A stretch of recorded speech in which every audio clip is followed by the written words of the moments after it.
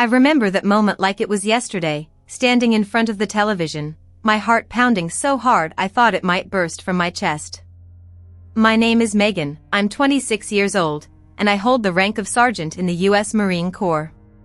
There I was, just a few hours earlier, ready to clock out after a long day of monitoring our base's security systems. I had always joked with my dad about being just a security guard, but I wasn't prepared for the events that would unfold next, events that would change everything about how I saw myself and how others saw me too. As I watched the news anchor speak, I felt a rush of adrenaline mixed with disbelief. They were showing footage from last night's attempted break-in at our base, and there I was, the woman who had helped thwart it. The way I had been trained kicked in as I reacted to the chaos, guiding my team with practiced precision. But now, watching it all unfold on national television, my role felt distorted.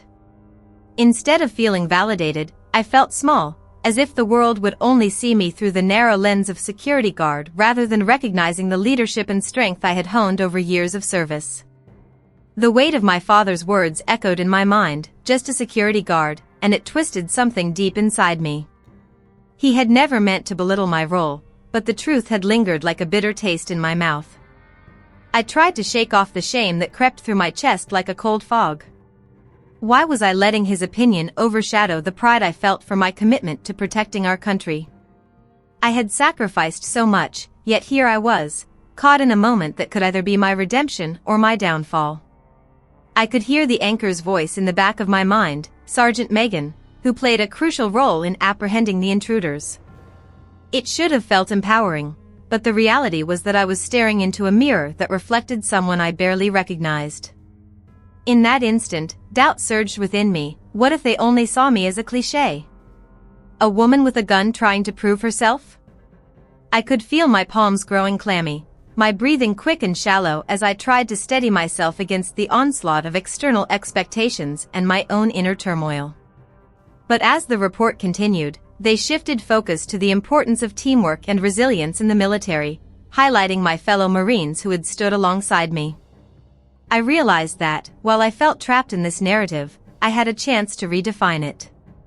They could see me as a soldier and a leader, a woman who rose to the occasion when it mattered most. Maybe my dad's words wouldn't hold the same weight if I claimed my story and shared it. This wasn't just about me, it was about every woman who had ever felt dismissed in a male-dominated space. They needed to hear our stories too. Before I go on, subscribe to the channel. Here, we tell the untold stories of military women, courage, sacrifice, and truth. Your support helps more voices like mine be heard. Standing in front of the monitor, a knot twisted in my stomach as I watched the footage of the incident unfold again. It felt surreal, being thrust into the spotlight without even a warning. The news anchors were dissecting every moment, every choice, as though I was merely a character in their dramatic narrative. But to me, it was far more than just a story. It was a slice of my reality, the chaotic world I had chosen to embrace as a Marine. Crying families, shocked witnesses, the desperate chaos of that day, and with each frame I relived it, I felt the weight of everything on my shoulders. When my dad called, I could hear the disbelief in his voice. "You're just a security guard now, Meg," he said, as if the years, the sacrifices, the uniform I wore were just an afterthought. His frustration was palpable, like he was trying to fit me into a box that no longer existed. For him, being a Marine was something to brag about, something majestic, but standing there on that fateful day, I felt more human than heroic. My role was not a grand one. It was about protecting lives, making split-second decisions, and managing my nerves. In my mind, that day wasn't just a title or a position, it was an unending cycle of adrenaline and instinct, just like boot camp had drilled into my soul. The event had drawn out an unsettling vulnerability within me. I had trained for combat, for the rigors of leadership, for the chaos of war, but nothing prepared me for the scrutiny of the public eye. Everyone in my life suddenly had an opinion. Friends I'd shared laughs with over beers were now asking me how it felt to be a hero on national television, while others looked at me in a way that made me feel more like a puppet on display rather than a person. This was the paradox I found myself wrestling with, wanting to share my experiences and the grit it took to be in my position, while simultaneously feeling the walls of their judgments closing in around me. Each time they replayed the clip of me shouting commands, trying to keep order amidst the chaos, my mind flipped back to the moments leading up to that. The adrenaline coursing through my veins, the shouts from civilians, the urgent need to act when others hesitated, it all felt fragmented within the confines of that screen. The truth is, I was just doing my job, embodying the lessons I learned over years of rigorous training.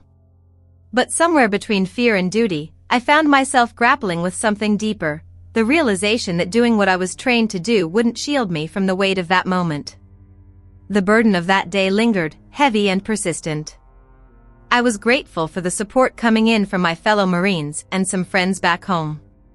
They understood what it was like to navigate the storm without a map, the way decisions in high-stakes situations often bore consequences that rippled far beyond the immediate aftermath. Yet, that support felt drowned out by the looming presence of expectation from others. I didn't want to be seen as just an image on a screen. I was a sergeant, a woman who had fought hard for her place in this world, and so much of that was lost in the simplistic portrayal of hero versus security guard. As I watched the news cycle spin on, I found myself asking, who was I really, in the eyes of the people I loved, and more importantly, in my own eyes? The hospital hallway was sterile and quiet, the hum of fluorescent lights accompanied by the distant sound of nurses shuffling papers and talking in hushed tones. I leaned against the cool wall, my arms crossed tightly over my chest, trying to keep my mind from wandering. My dad had this way of simplifying things, making a joke out of whatever life threw at him. But standing here, watching my brother's bed with the monotony of the heart monitor pulsing behind him, I couldn't help but feel the weight of our family's reality. This wasn't a punchline, it was a life-altering situation, and I was tangled up in the fear of what came next. Right then, I thought about my childhood. Our small living room, cluttered with magazines and military paraphernalia, felt like a world away. I could hear my dad's laugh as he recounted his glory days, and that smile of his, the one that assured me everything would be okay, seemed to fade with each retelling. He was proud of his service, proud of the life he fought for, but in this moment, I sensed a deeper connection to those stories that had marked my own path. I enlisted, wanting to carve out my identity in a world that sometimes only saw me as just a woman in the military. Just a security guard, as Dad had put it with that familiar wink. As I stared into the starkness of my brother's room, I was unexpectedly transported back to one quiet night when I was around 10. We sat on the porch, the sun setting in hues of orange and pink, and my dad leaned back in his chair, his face shadowed but his eyes lit with pride. "Megan," he said, "you can't just stand guard over someone's life, you've got to be ready to fight for it too." At the time, I thought he was talking about bullies at school or the girls who whispered behind my back. But now, those words echoed with a different timbre. It was less about the physical fight and more about the battles we all faced in our hearts and minds. The realization hit me just as hard as a boot slamming into the ground. I was the one who had picked the path of service, who had volunteered to defend and protect, who had stood guard over my own self-worth in a male-dominated environment. Yet, here I was, feeling like I was failing in my own family's greatest moment of vulnerability. The world had seen me in uniforms and combat boots, hailed me as a sergeant, but what were those accolades worth if I couldn't be the protector for those I loved? The irony felt sharp, like a mirage that turned into a cruel joke.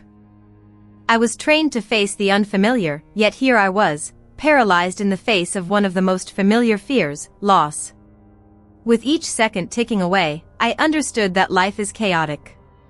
It's filled with unpredictable moments that challenge your resolve. And yet, in that chaos, I felt an ember of purpose flicker to life. I had to step up, not just as a soldier, but as a sister, as a daughter. I had the will to be more than just a security guard, more than my dad's joke. I had to protect my family, to draw on every lesson they had instilled in me, to shield them from the pain of their own battles. Suddenly, the weight of my responsibilities felt heavier, yet exhilarating. I could no longer afford to hide behind my role. I had to be a fearless frontliner for the people I loved most. The moment my dad called me a security guard, the blood rushed to my ears. Memories of scrubbing floors in our small-town diner flashed through my mind, where I had to work twice as hard for half the respect. As a kid, I had always dreamed of more, of being someone who could make a difference. But his dismissal stung, like salt in an old wound that never quite healed. I had spent years overcoming the deep-seated skepticism of people like him, who saw military service as a last resort rather than a noble commitment. For the first time in my life, I felt embarrassed, not only for my uniform but for the weight of my family's expectations clashing with the pride I held in my heart. Growing up, my dad's view of success was painted in stark colors. Being a doctor, a lawyer, those were the peaks, the ladders we were supposed to climb. I remember sitting at the kitchen table, our family dinners often an exercise in conflict. Every time I mentioned my aspirations, my dad would just shake his head, a flicker of disappointment passing across his face. It was the kind of disappointment that echoed through our conversations, tainting any excitement I had about joining the Marine Corps. He never thought I could handle it, never believed I was tough enough, the delicate flower in the home he built. It made me question my own strength as I fought to prove him wrong. One afternoon, after I finished my basic training, I decided to visit home. I wore my uniform proudly, even enjoying how it felt snug against my body.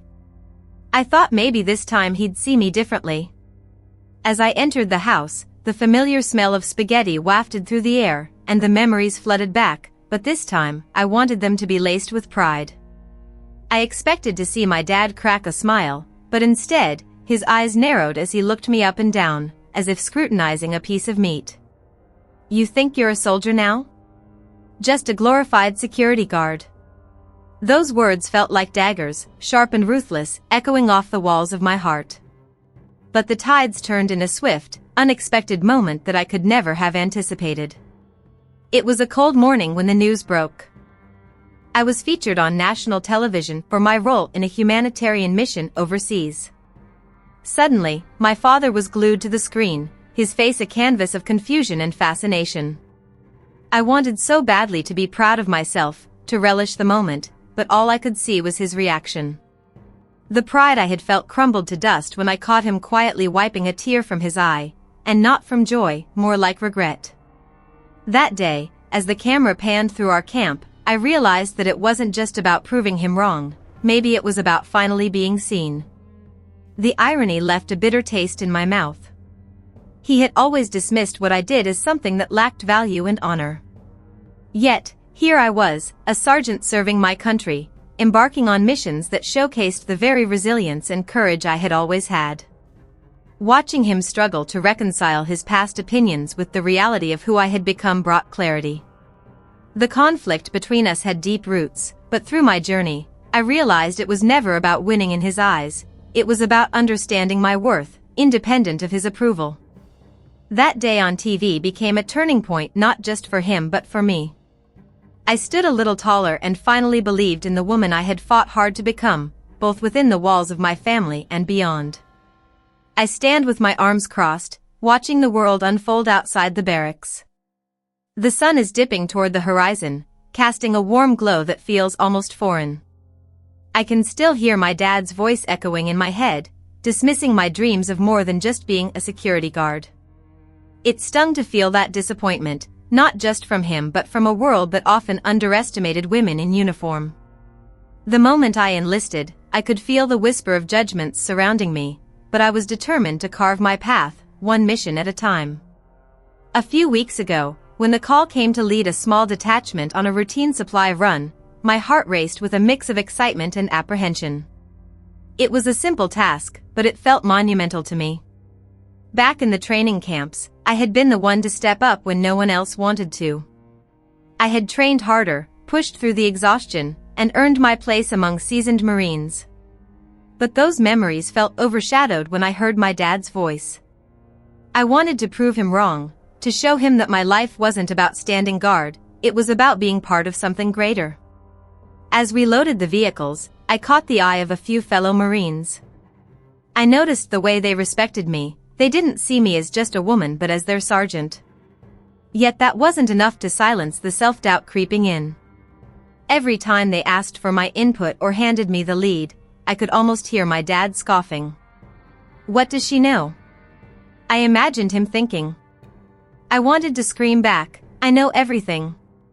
But instead, I focused on the mission, hoping my actions would shout louder than my insecurities. The run started smoothly until we hit a snag, an unexpected roadblock. I felt the tension rise as I assessed the situation. In the split seconds that followed, I remembered the countless hours spent in simulations, my instructors drilling us on crisis management. Ignoring the knot of fear tightening in my stomach, I took charge. My voice was steady as I issued commands, directing my team to secure the perimeter while I coordinated with the higher-ups. I could feel the weight of my rank, but more than that, I felt the surge of responsibility. I wasn't just a guard, I was a leader. When we returned to base, the weight I had carried felt lighter. That roadblock didn't just remain a minor event, it became a testament to my growth. The adrenaline still coursed through my veins, and I could almost hear applause in my ears, though it was probably just my imagination. But it didn't matter. I had faced a challenge and emerged victorious, not just in the eyes of my comrades, but in my own heart. As I lay in bed that night, I imagined my dad watching the news and seeing my name flash across the screen, alongside the words Marine Sergeant. I didn't need his validation, but I hoped maybe, just maybe, he'd feel a flicker of pride. I was no longer just a security guard, I was Megan, a sergeant ready to rise above the noise. As I stood there, the weight of my father's words still echoing in my mind, I couldn't ignore the growing sense of disappointment in my chest. "You're just a security guard," he said, with that dismissive tone he always used when he spoke about my career. I had grown accustomed to his cavalier attitude toward my role in the Marine Corps, but that day, something snapped inside me. I had spent years training and pushing my limits, wearing the uniform with pride. To him, I was merely a cog in a machine, one that didn't merit respect. I wanted to scream back at him, to make him see the courage it took to protect my country, but I held my tongue, fearing another confrontation. That day would not leave my mind, it dug deeper with each passing hour. I couldn't shake the feeling that I wasn't just fighting against outside threats, I was also battling shadows of self-doubt that crept in when I least expected it. Being a woman in the Marines, I constantly contended with skepticism, not just from others but from within myself. Every time I picked up my rifle or laced up my combat boots, I had to remind myself that I belonged there just as much as any man. The words of my father lingered, but as I prepared for my mission, they transformed from a weight pulling me down into fuel igniting my determination. Then came the day that changed everything. I remember the swirling chaos of the incident vividly. There was an active shooter situation at a public event, and in a split-second decision, I took charge. My training kicked in and I moved with purpose, coordinating with local law enforcement, guiding civilians to safety, and preparing for the worst. There was no time for fear or hesitation. I had to be the leader I'd trained to be. The adrenaline coursed through my veins, but it wasn't just about responding to the threat. It was also about proving to myself, and perhaps to my father, that I wasn't just a woman in uniform, I was a soldier, a protector, a guardian. When the news report aired later that week, I saw my face on screens across the country. Details of the situation unfolded, and I could scarcely believe what I was seeing. It was surreal to watch myself being described as a hero, while the words of my father still echoed in my mind. I felt a strange blend of pride and vindication wash over me. Friends and fellow Marines reached out, congratulating me, but I couldn't shake the feeling that this was more than just recognition for my actions, it was a defining moment in my journey. I wasn't just fighting for accolades, I was fighting for my place in the world. As I sat on the couch, reflecting on everything that had happened, I realized the journey towards self-acceptance was ongoing. My father's words would always be there, but they no longer defined me. I felt an overwhelming sense of empowerment for having turned a moment of doubt into a catalyst for growth. I had faced danger head-on and emerged stronger. It wasn't just about showing my father or anyone else what I was capable of, It was about knowing my worth and embracing the strength that had always been there, waiting to be unleashed. No longer would I shoulder the burden of someone else's expectations. I was a sergeant in the U.S. Marine Corps, and I had earned every bit of respect that came with it. I had always been the type of person who thrived on challenge, but the last few months had been an endurance test I didn't expect.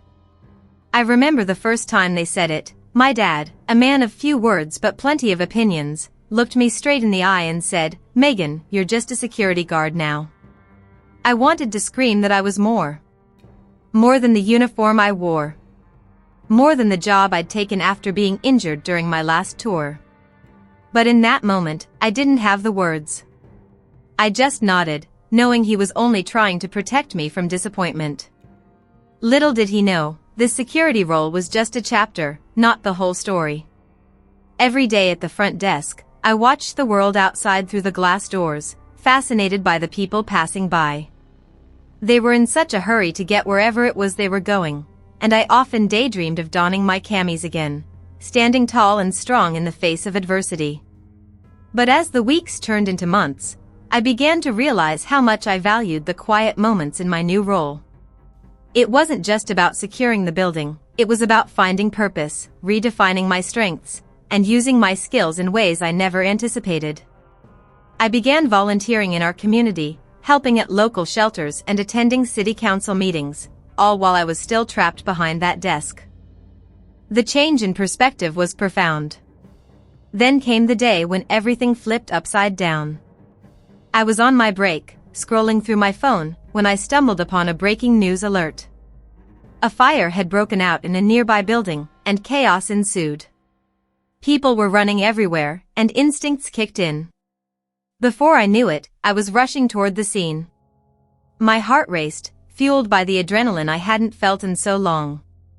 This was my moment, a chance to step back into the role I chose, the one that had shaped me.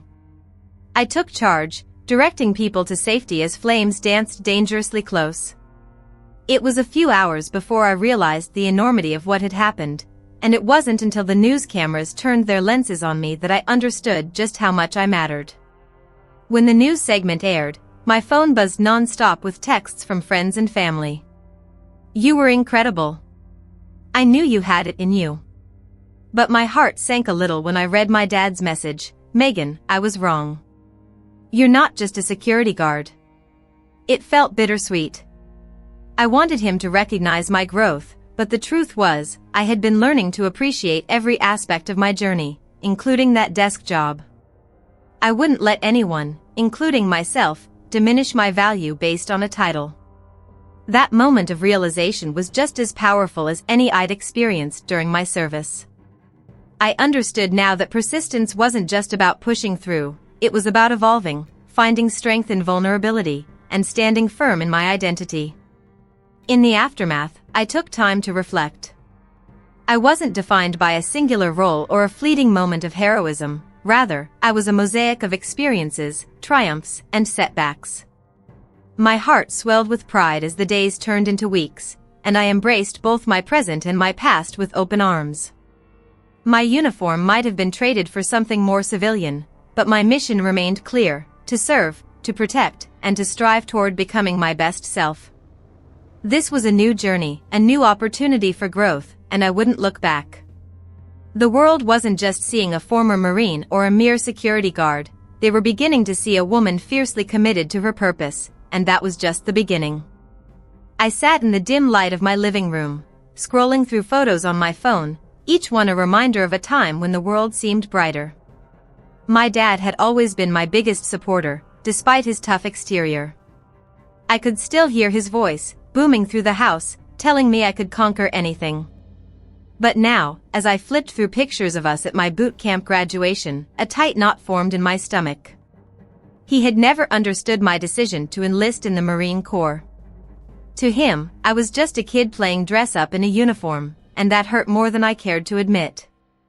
I'd often catch him rolling his eyes or shrugging it off when I brought it up, but I knew beneath the surface, there was pride buried deeper than he wanted to show. The loss felt like a cold, lingering shadow that refused to lift. It was almost a month since Dad's funeral, and I still hadn't processed it all. I had to be the strong one, not just for my mom but for myself. Taking on the role of a Marine meant that I had to push through the grief, even if every muscle in my body screamed for a break. I remembered walking behind the casket, feeling like I was marching into battle, my heart heavy with the weight of the finality of it all. The thought that my father would never see me in my dress blues again haunted me, filling my nights with restless memories of him cheering louder than anyone else in the crowd. I could practically hear him yelling, "That's my girl," as I saluted. Then came the day when my photo appeared on the news, my face captured in an unexpected moment of bravery during an extraction mission. I never expected the attention, and certainly never desired it.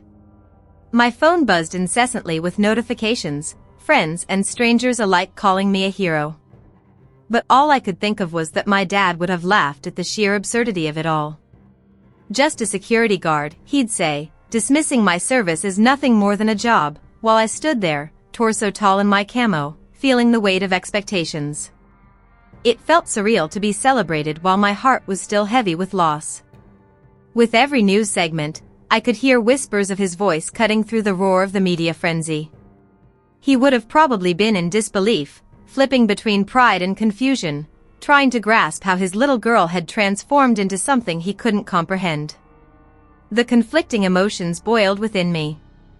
I felt I had let him down, like I was wearing a mask for everyone else while the real me, the daughter longing for a father's approval, stood in the shadows. I wanted him to see how much I had grown, to understand that while I may not fit the mold he imagined for me, I was still fighting for what I believed in. I spent so many nights staring at the ceiling, replaying moments in my head. I'd often ask myself if he would have been proud of me if he could see me now. Would he finally see me as more than just a kid? Or would that label always overshadow the reality of my service? The pain of his absence felt more profound than the pride that came with my achievements. I was meant to be a protector, but deep down, I felt broken, haunted by the silence that filled the room where his laughter once echoed. I had to reconcile the two parts of my life, this brave Marine and the girl who just wanted to hear her dad say he was proud of her, even if it was just once. The day I came across the footage of myself on national news was a whirlwind of emotions. I had just come off a long shift, my boots scuffed and my uniform wrinkled, and I found myself slumped on the couch, mindlessly scrolling through my phone. At first, it was just background noise, the TV flickering with the same repetitive images of chaos and unrest, occasional clips of civilians fleeing or shouting.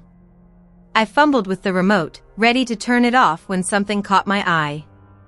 There I was, my helmet on and my rifle at the ready, directing a group of fellow Marines, looking every bit the part of a leader. For a moment, time stood still. I could hardly believe it.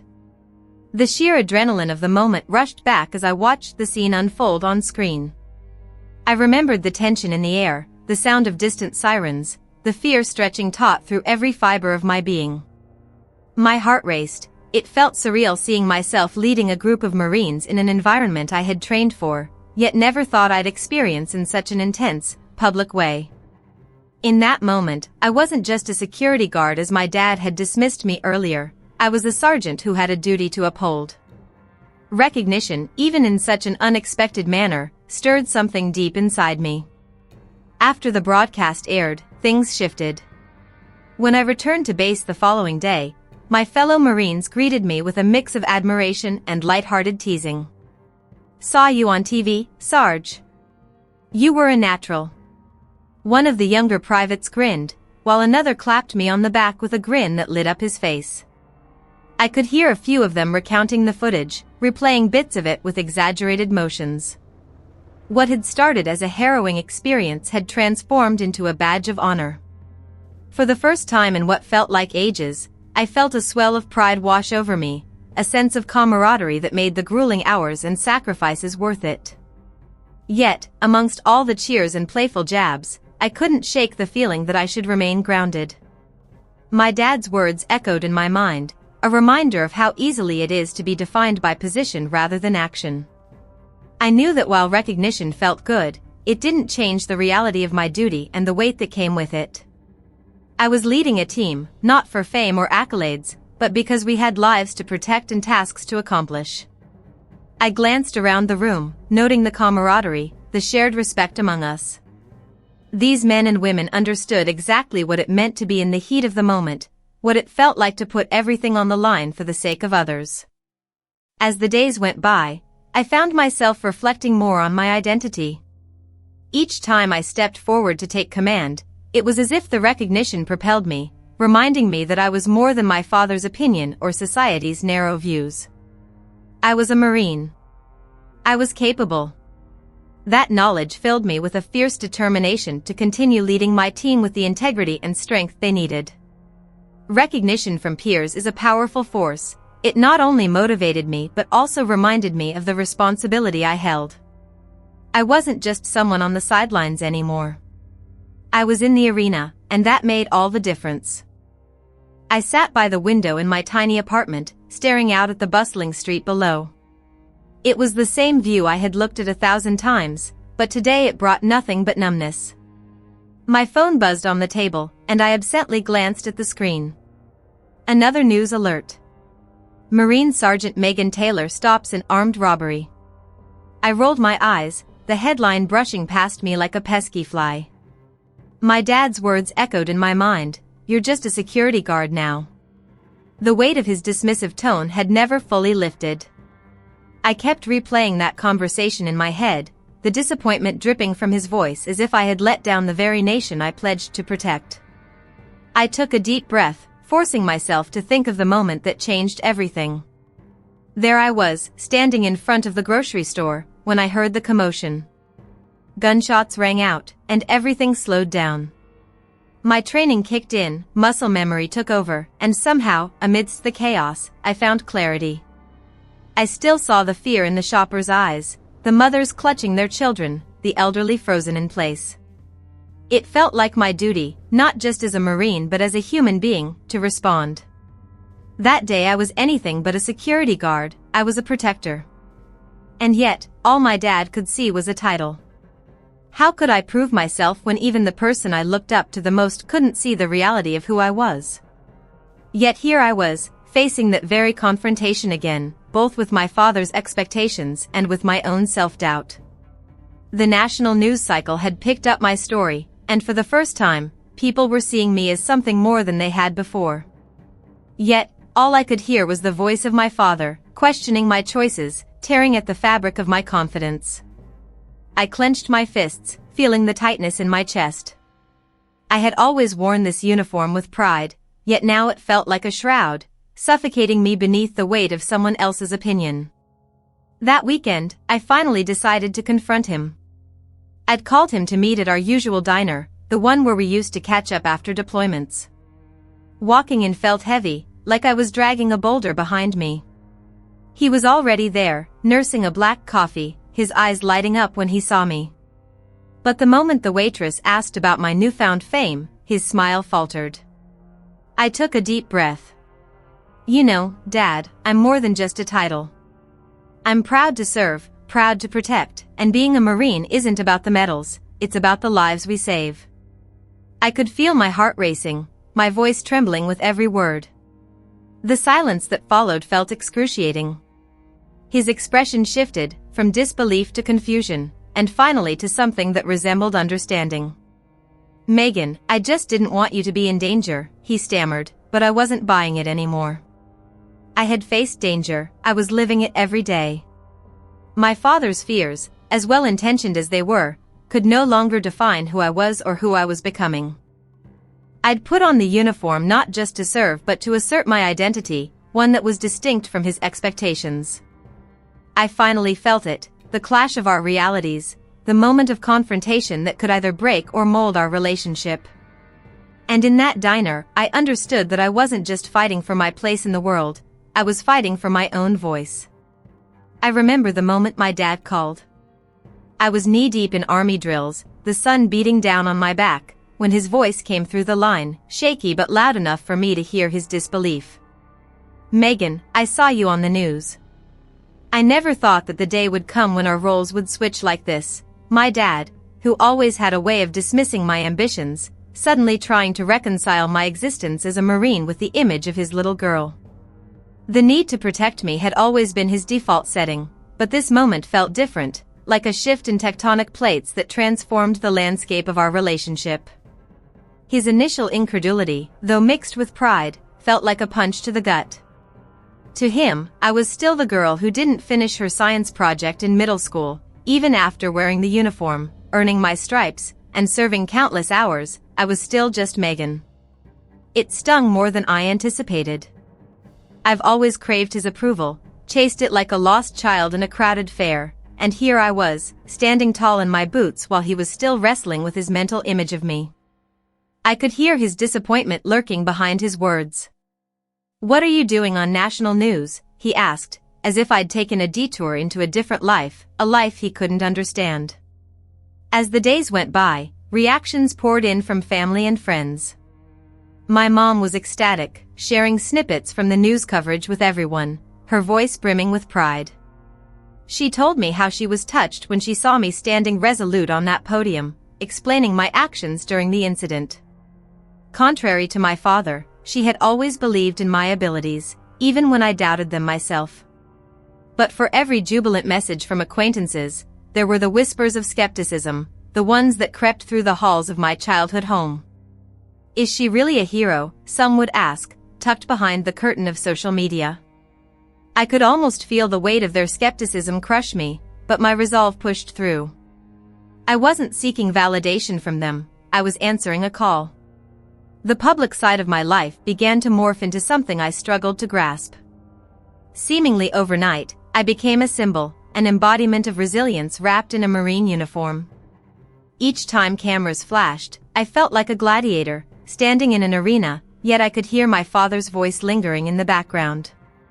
I wanted him to understand, to see that while I held the title of sergeant, it didn't erase the girl who loved baking cookies for him on lazy Sundays.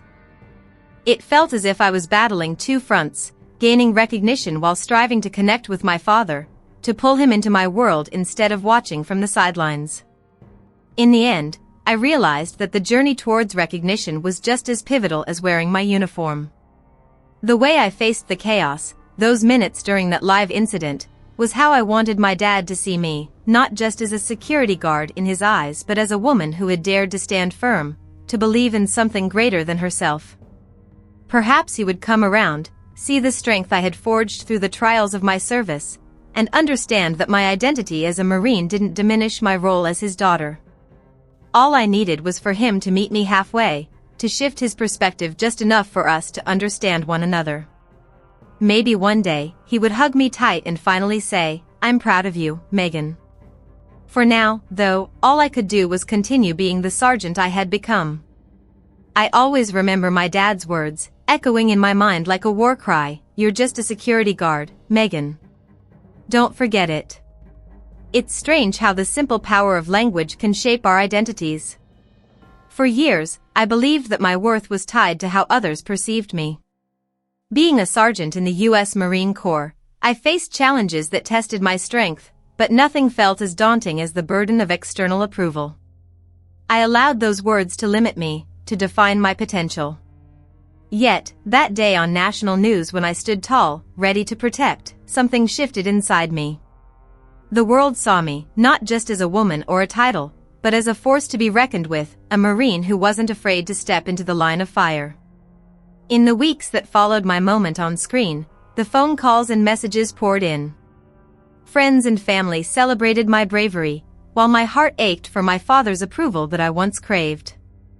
I realized the irony. Here I was, being hailed as a hero, and yet I found it difficult to bask in that glory without acknowledging the weight of my past. I refused to let his belittling words, the ones that whispered insecurities in my ear, taint this victory. For too long, I had let them define me. I needed to break free from that shadow, to embrace my achievements without fear of judgment. So, I stood in front of the mirror, looked myself in the eye, and said, "I am enough." I began sharing my story, opening up about not only my experiences in the Corps but also the struggles that came with stepping out of someone else's definition of who I should be. It was liberating to express how those moments of doubt transformed into fuel for my journey. I started receiving messages from women who felt the same, muffled voices of strength buried beneath layers of societal expectations. Together, we forged a community that recognized the power in our vulnerabilities.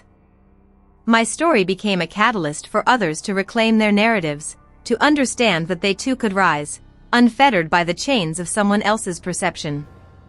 As I embraced my role, I also learned the importance of seeing others beyond the surface. It changed how I viewed the world around me, especially in a military environment where strength is often measured solely by physical prowess. I watched my fellow Marines push through adversity, each unique story adding to the strength of our unit. The moment I accepted my place as a leader, I stopped seeing myself as just one piece of a larger puzzle. I became part of a tapestry, woven with threads of loss, triumph, and resilience. My experiences were now integral to our mission, no longer separate from it. In that moment of realization, I stood on the balcony of my apartment, watching the sunset paint the sky in hues of orange and purple.